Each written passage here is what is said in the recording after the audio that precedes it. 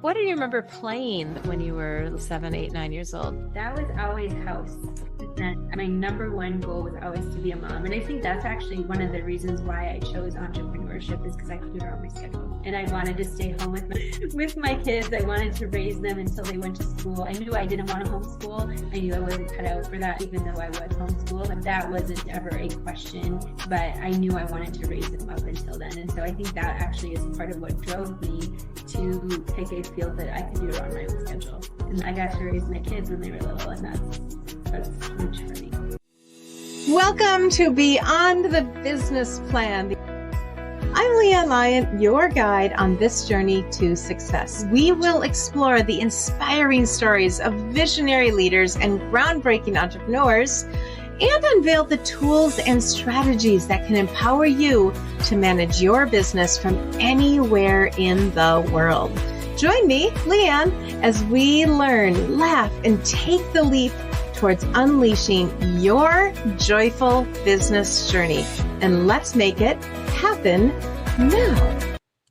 My guest today is a seasoned business connector and growth strategist with over 2 decades of experience. She excels in helping entrepreneurs boost their visibility and credibility through effective networking and strategic guidance. As the owner of a Trustegrity franchise, Maija is passionate about creating dynamic business communities for professionals to connect, to collaborate, and to, most of all, succeed together. Beyond business development, Maija Norwood has played an active role in her community, volunteering with city leaders and helping with events that support local businesses. Maija Norwood, my dear friend, are you there? I'm here. Thank you so much for having me on today. I'm so blessed that you're here. And I don't normally introduce that, a close connection right up front like this, but really, I want to give a little bit of honor here. Maija and I met now 6 years ago, officially. Was it only 6 years ago? I know. Kind of creepy. Lifetime. Anyway. We have since then spent literally hundreds of hours together. Absolutely hundreds of hours together. And my admiration for this woman and what she stands for and how she leads is beyond, it's through the roof. It truly is. We were connected through a network organization where she was a leader already. I was joining it. I needed a leader. She picked me, which blessed me beyond belief. I was so, man, if you're watching this on YouTube instead of listening on a podcast, you're going to see I'm tearing up a little bit here. I couldn't believe she picked me, is how I felt. And I'm still just honored and blessed to be friends, but also because of the incredible things that she does do. Maija, beside your professional accolades, which we've given, tell us a little bit more about you. Well, thanks, LeAnn. And before I do that, I feel the same way. I've been so fortunate to be able to start out as kind of business partners or partners in our networking and just become such good friends. I mean, you have just the way you authentically live your life is so fun to be a part of. It's fun to be able to watch the journey, be exposed to it, be able to interact with it, and just feel your love every day. So thank you for having me on. I know that doesn't answer your question, but you always bless me, and so thank you for that. Tell me more about me? I am a wife of almost 26 years now. I have 2 kids, a 23-year-old and a 21-year-old, and I love living. I really do. I try and embrace life every day, and I try to not only work, but work so that I can actually enjoy living more. So I love to travel. I love to adventure. I love to read. I love to learn. I love to interact with people and connect them. That's part of what you said in my bio, but I really do just appreciate authentic relationships and building those with people and getting to meet people and developing relationships like we did. That's such a blessing. And so other than the fact that you have blonde hair and I have more white, we're basically twins. We both love to travel. We both live in Minnesota. We both love living in Minnesota. Although one thing I've admired about you and okay, she's making faces. She's making faces. Podcasters can't see faces. That's okay. But but I do admire that the last couple of years you have actually taken, you and your husband both work from home a lot of the time, if not all the time. And you've taken your business away for a whole month every year. And you've gone to different places. I think this year you went to Mississippi. Last year you went to, was it Texas?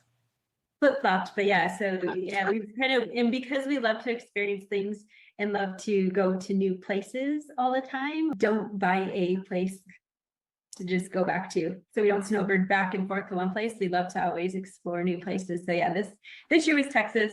Last year was Mississippi. It's just fun to live in different states for a little bit. And I mean, we work the whole time, so it's not, but we get to experience it. And it's just, there's ocean and loveliness. And when you're from Minnesota, we don't get ocean up here. So. And that would be why she made a face. Because I do know one thing about Maija Norwood, and that is that she loves beaches. And specifically ocean beaches, not lake beaches, not river beaches, ocean beaches. Correct. And she takes the most amazing photos of them, may I add, as well. So when we met, that was your business. And so you have always been an entrepreneur as long as I've known you. In fact, I'm not even sure. Have you ever worked for anybody else? I have. I actually had a couple corporate jobs and I have had a couple W-2 jobs, but I've been an entrepreneur in most of my adult life, starting as a photographer for over 25 years until I decided that I love the connecting. I love working with businesses, and I thought that would have a better end game for me. And it's my passion, right? It's my passion to help people, and I love doing it. So that's why I ended up buying the Trustegrity franchise. But yeah, always an entrepreneur.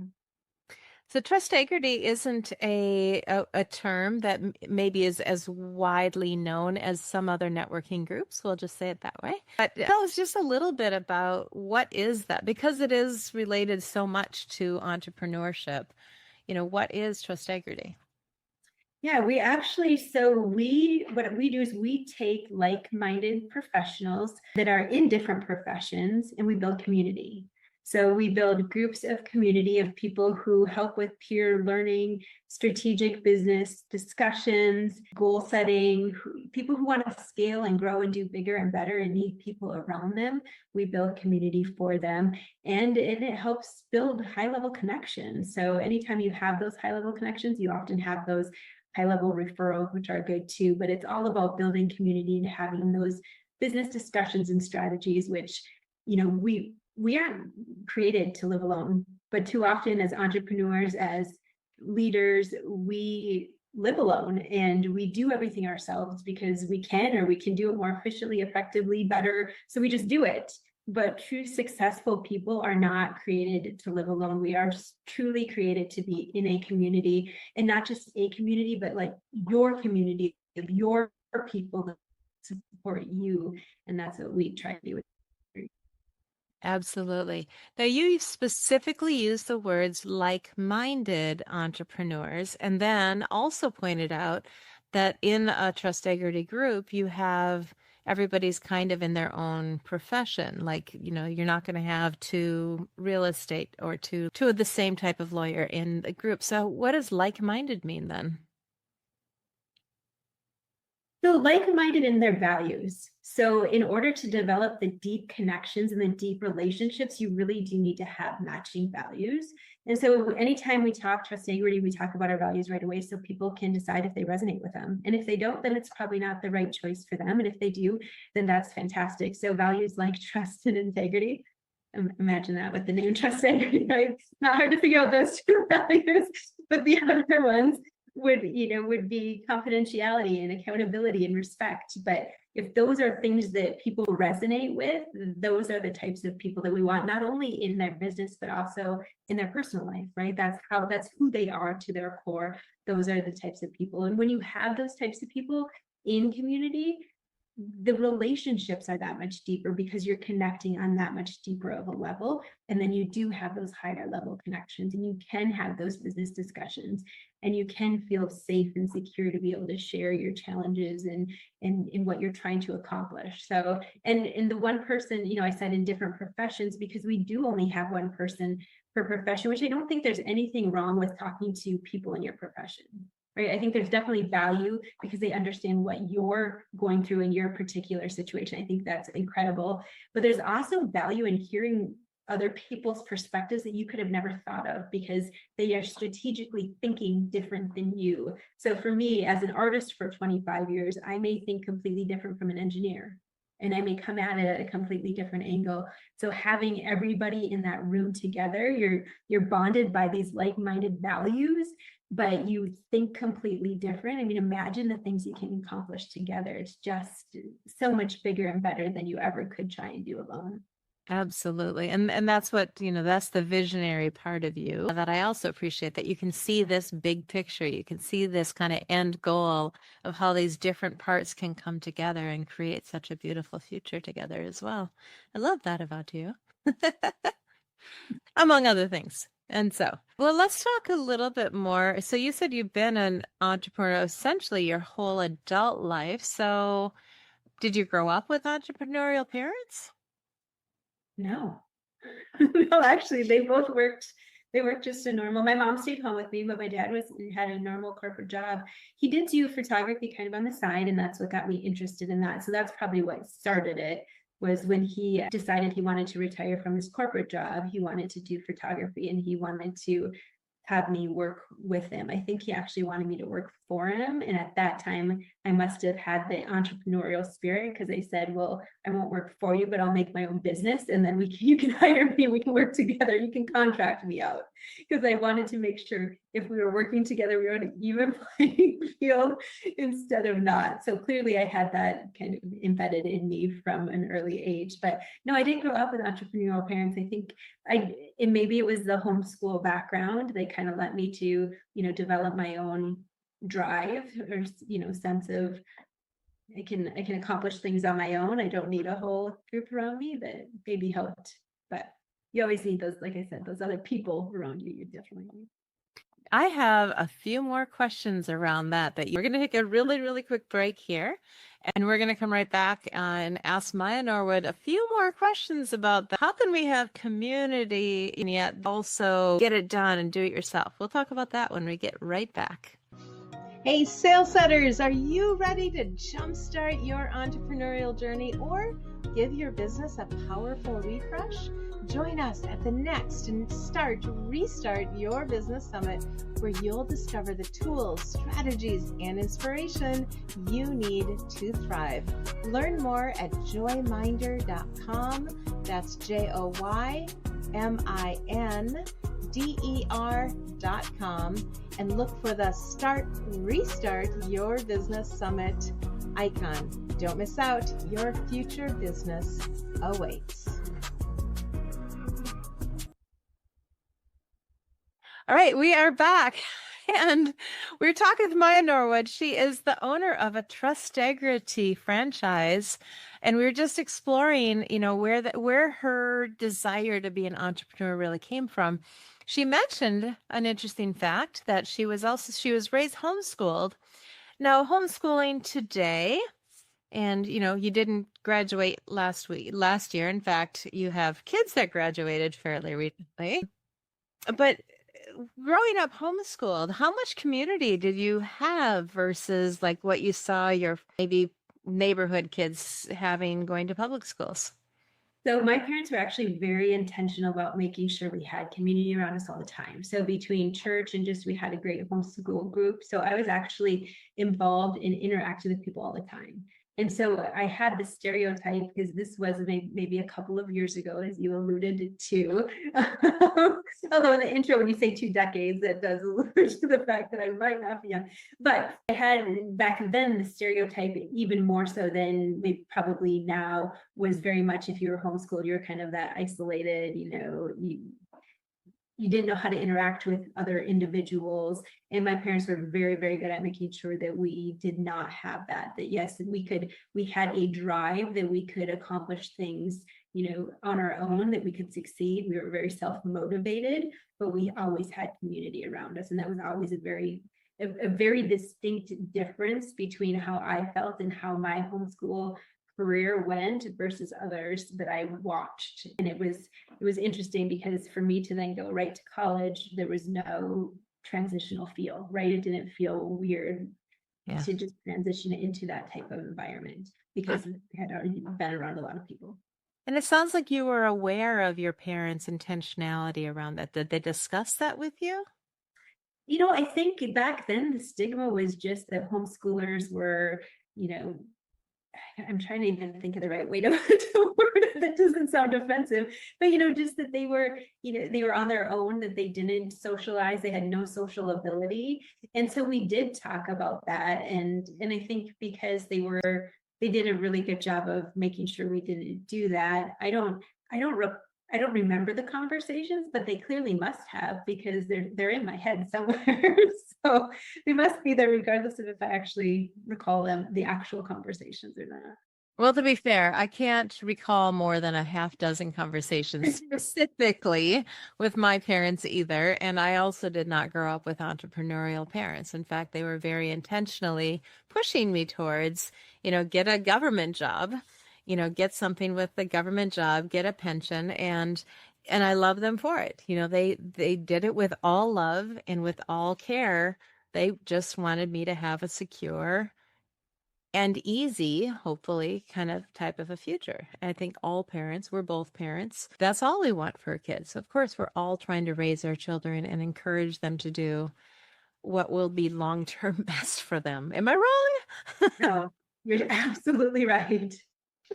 I mean, and I do think we're blessed. I do think that there's unfortunately many people out there who were not raised that way, and therefore generationally they unfortunately pass that on, that they weren't raised with intentional parents, therefore they're not intentional parents. And, so we have to count our blessings that we both were raised with intentional parents, but we both ended up entrepreneurs anyway. So my parents still shake their heads because my sister is entrepreneurial as well. They're like, where did you both come from?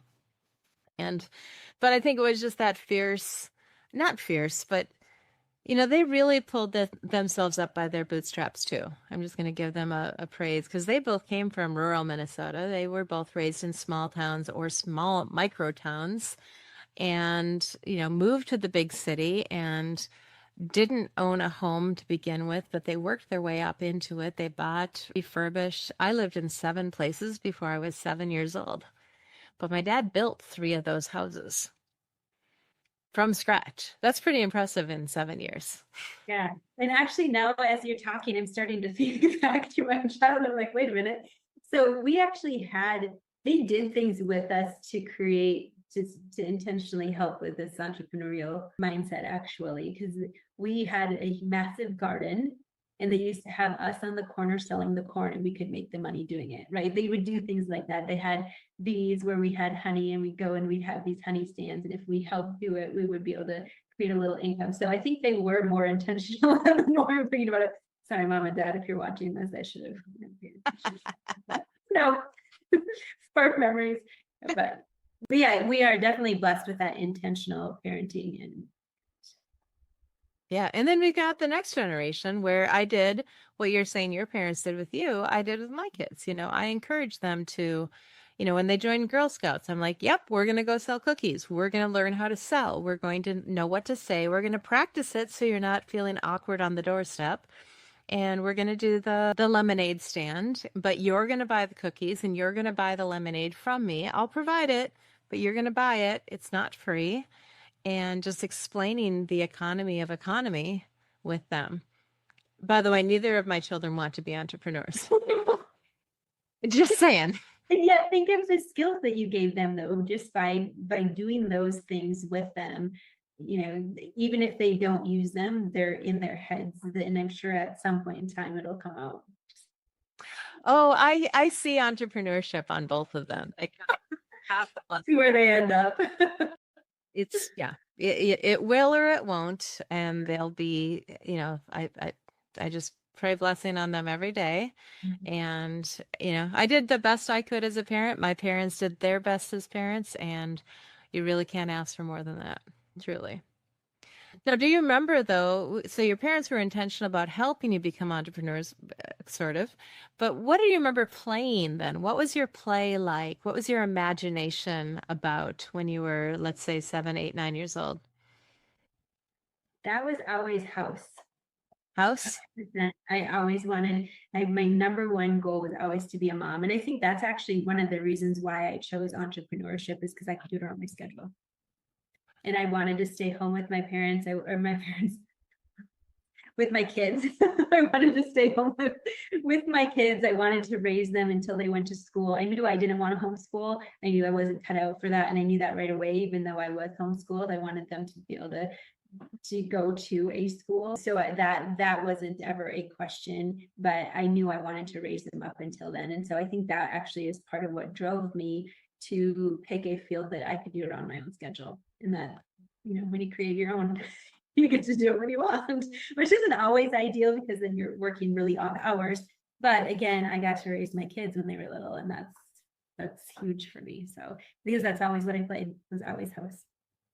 Kind of like you, I left teaching when our oldest was born because I realized I didn't want to be dropping her off at daycare at 6:30 in the morning and picking her up at 5:30 at night, which is approximately the hours that teachers work. Yeah. And and then, in my mind, little did I know at the time, I was like, and then she'll be asleep at 7 and she'll sleep and I'll have to wake her up to get her to daycare. None of that was true. She did not go to sleep at 7 p.m. and she did on her own wake up approximately 4:30 every morning. But regardless, it was really wonderful to be home. And even though we decided to have an au pair, which is a form of nanny, but from another country, live with us and have some care. The care was still in-house and allowing me to, to take care of their needs and to interact with them a lot. And yet still, for me, it was important to keep working as well. Yep, just different strokes, different ways of looking at things. Au pair, by the way, if anybody's listening, you've never heard of it, it's spelled A-U and then P-A-I-R. And there are specific programs from other countries that come into the United States. We always picked young women from Sweden because of my Swedish heritage. If you're watching on YouTube, you'll be like, she's Swedish? Because this is gray, not blonde. But yes, fully blooded Swedish. It was fun to have our kids raised, and they are Duolingo in Swedish. And one's learning Spanish now, which is super fun. What is something you wish you had known going into entrepreneurship that maybe you just hadn't figured out or learned yet? I think going into it, especially in my profession as a photographer at the time, I think understanding, and I realize this early, but understanding that it's going to be more about business. Like you really need to be smart about business, because so often we go into a field because we love it, we're passionate about it, we're excited about it. And then we're like, oh, that's only this much of it. The rest of it is all the setting up meetings, setting up appointments, doing the back end stuff. And you're like, I don't love that. And yes, there are people that you can hire to do that. But when you're first starting, often you're the one that gets to do it, right? Until you get enough where you can actually hire in other employees, or until you get big enough to do that. So I think understanding going into it, what your profession, how much of your actual profession you are doing. It's something that I often tell people I meet with, as a photographer, as having been a photographer for 25 years, I meet with people, college kids who are like, tell me about, what do I need to know? And I'm like, major in business. And they're like, I'm going to talk to someone else. I don't like your answer. And I'm like, no, I get it. Totally get it. And I don't blame you, but understanding that it doesn't matter what profession you're in, if you're doing it, as an entrepreneur, if you're doing it essentially starting out alone, business is going to be 90% of it. If you can master the business side of whatever it is, you're going to do really well. Absolutely. And I think, yeah, we encourage our daughters to go into a business degree as well for the same reason. She's like, well, I don't know what I want to do. I was like, great, get a business degree.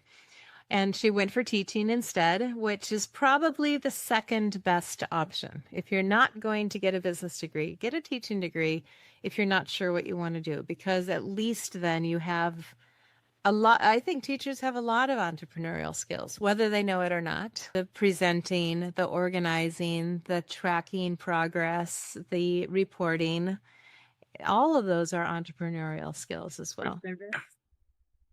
Lots of customer service dealing with students.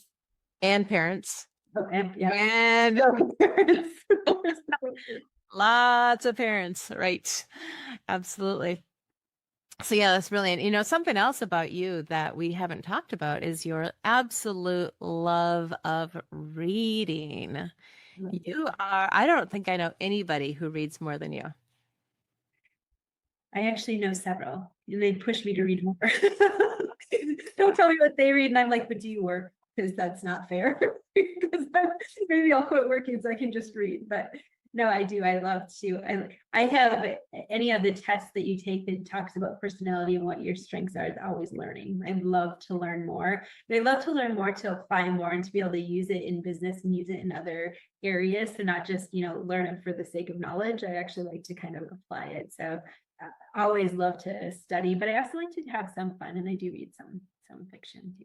So I think both of us do that. We'll read something and we almost always immediately turn around and teach it, often to each other, which, hey, I just read this and blah. And I think, again, we have a particular skill, I don't know what you would call it, where we do learn it very, very quickly and are able to convey it at the same time. Is that a skill that you could name? I don't know what it would be named. Yeah. But no, but you're absolutely right. Because I think that's part of the networking group we were in before. We're always doing presentations to people. So you're always pulling information to try and do those things so that you develop those skills. If it's let's call it a skill. We'll develop those skills. Let's just call it skill. So what are some of your favorite or recommended books, though? Maybe let's stay specifically for somebody thinking about becoming an entrepreneur. They're not yet there. They want to think about it. There's one I'm thinking of, and I just can't get the name, so I'll keep thinking on that one. But it's specifically about what you talked about earlier, where you think going into business about baking pies is going to be this one way. I think it's right behind me. I might look, but you should peek and see. I know I have so many, and I always have to go back and look at what the names are because I start to mix up the names because I'll read all about habits, right? Or about, and I'll be like, okay, she's going to look for it really quick. But I do, there was one that I read recently, and I'm trying to remember. I was surprised. I wasn't going to read it. And then I was like, whoa, that's everything I needed to know. And now I have to look up the name without getting a chance because I can't remember. But the E-Myth is good. E-Myth is definitely good. That's not the one I was thinking of. I found the book. I'm showing it on the show. It's called The E-Myth Revisited.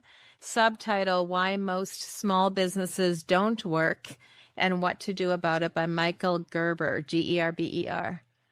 And yeah, that's the one I was thinking of. I think Maya's looking up hers now. I know, I wasn't going to, and then I totally got excited about trying to share what book it is. For me, a lot of them are, even for entrepreneurship, are about mindset. And the reason that is because I think going into it, you get so fixed. You can have a very fixed mindset on what you think it's going to be like and what it should be like. And yet people that don't have a fixed mindset often are the ones that can succeed more because they're able to go with the flow of kind of business and what's going to happen naturally and make the curves that they need to have that are going to end up coming up anyway, because so often in business, things don't go according to how we plan. It's like life. You have this great grand plan of how it's going to go, and then you're surprised. And so I think people that have a mindset that can handle those changes and can go, okay, so instead of why is this happening to me, what can I learn from this? What am I going to get from this? and how do I apply that now to business to make me even more successful, I think are the ones that are going to grow. So for me, a lot of the books I read are about changing your mindset and how to change your mindset and making those changes. And with that, we're going to take a quick little break. We'll be right back. I wanted, again, we're talking about mindset, but, mindset can lead to disappointment as well. What do you do when you're disappointed by the way things are going? So we'll dig into that in just a minute. We'll be right back. Another thing we share in common is we love our coffee. So, go grab some good coffee and we'll be right back. Hey, coffee aficionados and entrepreneurs, LeAnn Lyon here. Are you craving that caffeine kick, but looking for a healthier alternative?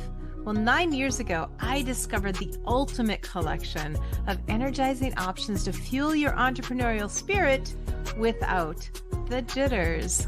Discover your next favorite pick-me-up today and keep your business dreams brewing strong.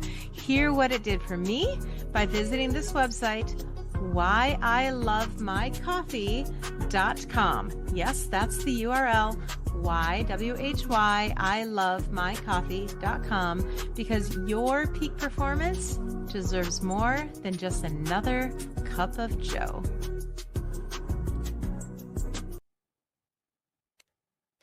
And we are back with Maija Norwood. We are talking about entrepreneurship. We were just talking about coffee. I saw she snuck her coffee mug underneath her chin. So yes, I love your mug. Tell me about it. Thank you.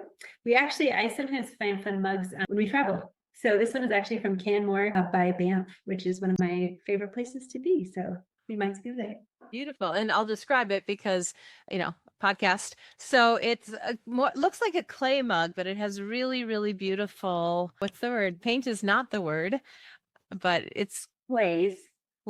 Yeah, it's gorgeous. It's beautiful. It's tall, and it's kind of an unusually shaped mug as well. I was holding up my ladybug and hearts mug that I got for Valentine's Day this year. It was a very cute story I actually will share because we have a mug wall hanging, and my husband hung it on the wall, and I didn't notice it for 2 days. So finally he's like, so what mug are you going to use to do? I was like, seriously, I think it was 2 days after Valentine's Day before I actually saw that it was hanging there. It was very cute. So we love our coffee, we love our mugs, and we love business, but sometimes business isn't as easy or goes exactly how we pictured. And I was saying, even right now I'm going through, sometimes you have exactly what you want and you're on the road and then things shift. And I think getting used to change is something you have to do. And at times you find yourself with more time than money, and you end up needing to maybe do some things that you'd rather not. You'd rather pay somebody for it, but you have to be able to make those shifts. Have you had that happen in your careers? Oh, absolutely. I mean, I was in photography during 2008 recession. People don't need photography. So, trying to be strategic then about figuring out what can I do? What's going to make the most sense? Where can I put my money to have the biggest bang for my buck? And trying to figure out how to do that. And that's actually when I discovered networking, and that's what I chose to invest in, which was all about relationships. And really, you can't really go wrong investing in relationships. I have discovered over the last several decades is, when you do that, they can become those cheerleaders that help you when you are down and when you're having those discouraging moments. And again, that's the part of the key about being in a community, is having those cheerleaders around you, supporting you, cheering you on, making sure you know that you can do it, because there's actually studies that show that being around positive people is a key contributing factor to your success. And like I said, I love studying the brain. So I've actually watched some really cool stuff about some experiments they did to prove it, which the story might be a little too long, but it's pretty fun. And so if you ever want to look up, there's a show called Brain Games.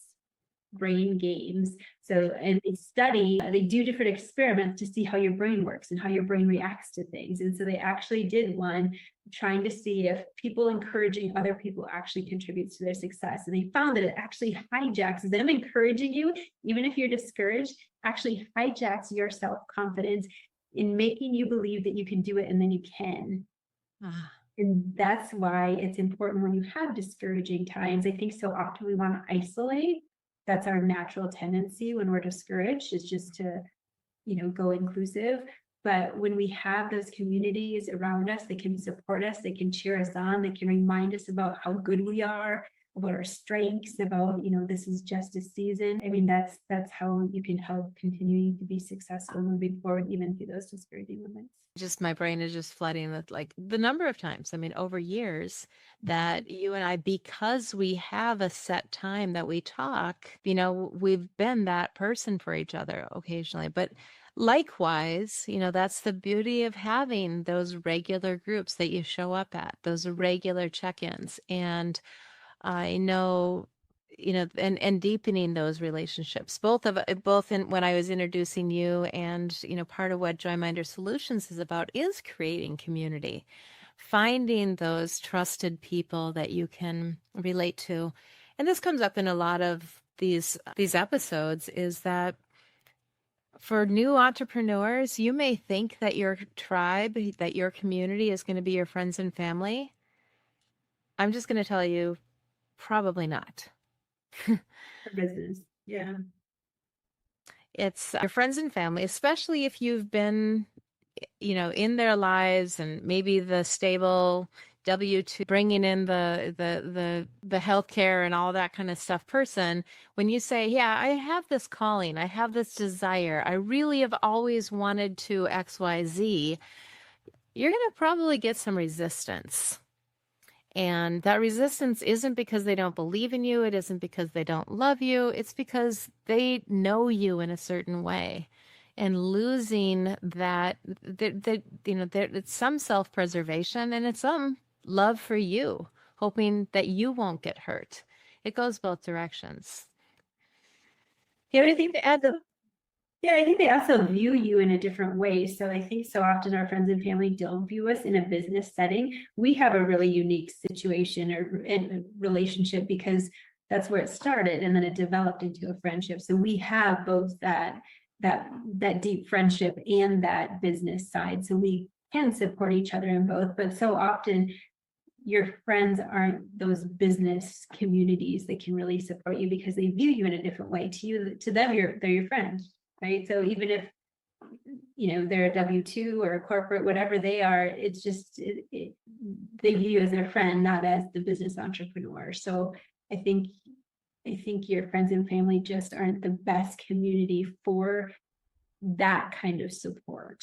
They may be good for other support. And to be fair, sometimes your friends and family have seen you at your worst.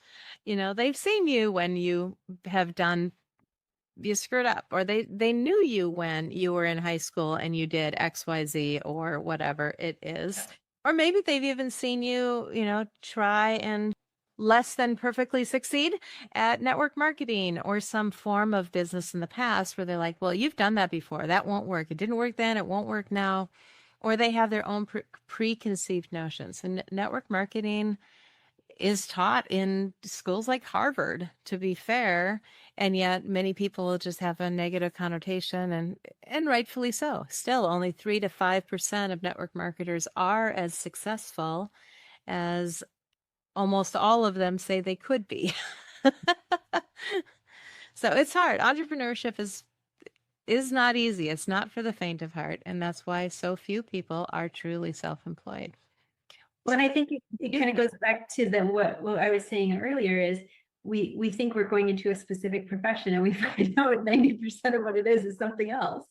And so I think understanding what all it entails really helps you be more successful. Absolutely. What role is mentorship and community, is talking about community, really played in your entrepreneurial journey? Yeah, I mean, I think I've always had my whole entrepreneurial journey. I've had people that have poured into me and that I've been able to look up to. And I think that's, for me, having people, I always try and be in rooms of people that are smarter than me and better than me, because I can always learn from them. And so always trying to interact with people that I can gain nuggets of wisdom from, whether it's in my profession or other professions.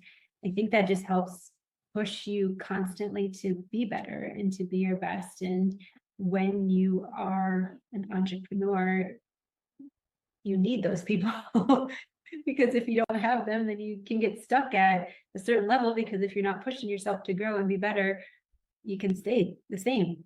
And that's when you stop being as successful as you could be. So Yeah, and again, it kind of goes back again and again and again to just having those communities. The mentorship is a community, the organizations that you can belong to.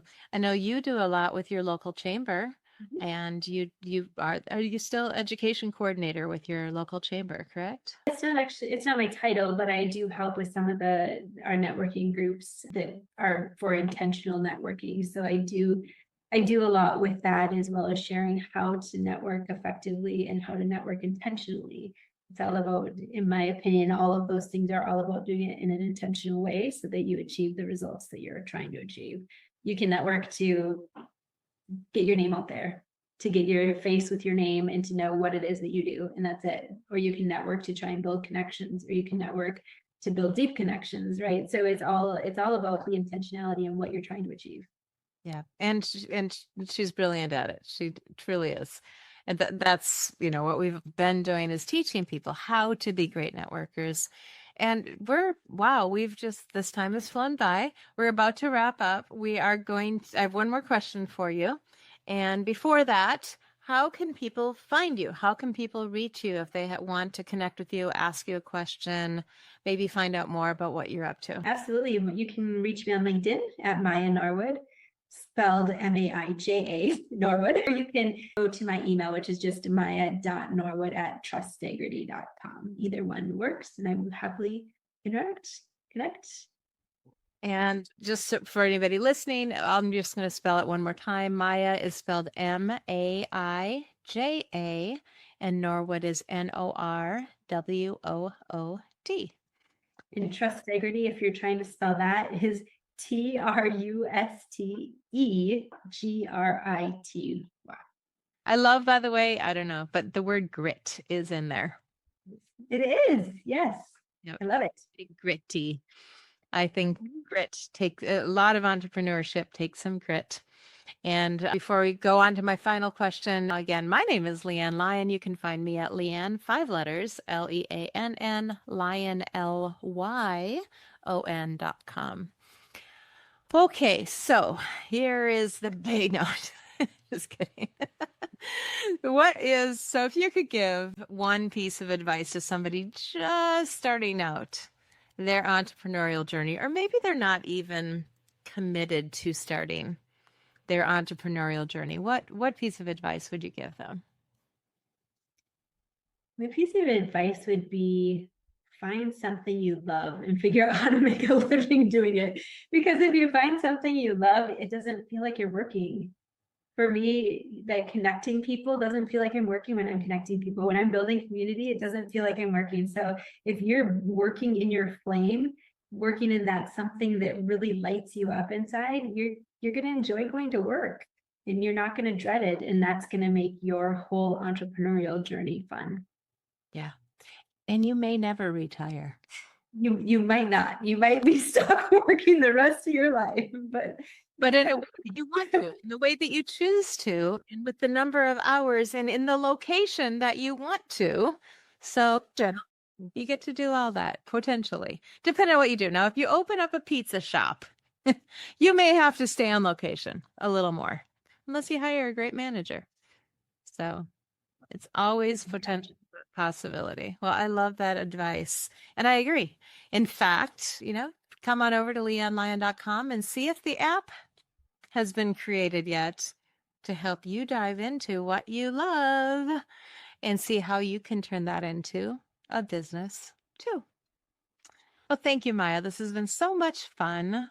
I wish I could just interview you every other week, and then maybe we should do that. Let's just start another podcast. Let's start it. I love it. I think it's real. Because that's another thing entrepreneurs.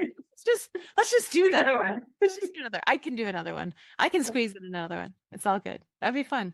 It would be fun. We'd have a great time. Yes, we would. Well, thanks again, Maija. And thank you also to our audience for joining us on Beyond the Business Plan to unleash your joyful business potential. And remember, entrepreneurship is a voyage you can take with other people. So find your tribe for the journey and give us a like or subscribe or whatever it is you do on your favorite podcast or video platform, and keep shining and aligning with your purpose and with JoyMinder Solutions. And come back every week for our new inspiring episodes. And until that time, I am LeAnn Lyon, your Chief Joy Officer, because you get to pick your title when it's your business. Signing off. Keep spreading the joy, keep leading with heart, and I will catch you on the next wave of success. Hey, sales setters, are you ready to jumpstart your entrepreneurial journey or give your business a powerful refresh? Join us at the next and Restart Your Business Summit, where you'll discover the tools, strategies, and inspiration you need to thrive. Learn more at joyminder.com. That's JoyMinder.com, and look for the Restart Your Business Summit icon. Don't miss out. Your future business awaits. Thank you all for joining us today on Beyond the Business Plan. It's been a joy and a privilege to share this space with you. For more inspiring stories, tools, and actionable insights, make sure to follow us on your favorite video platform. Visit my website, LeAnnLyon.com, and keep leading with heart. And I'll catch you on the next wave of success.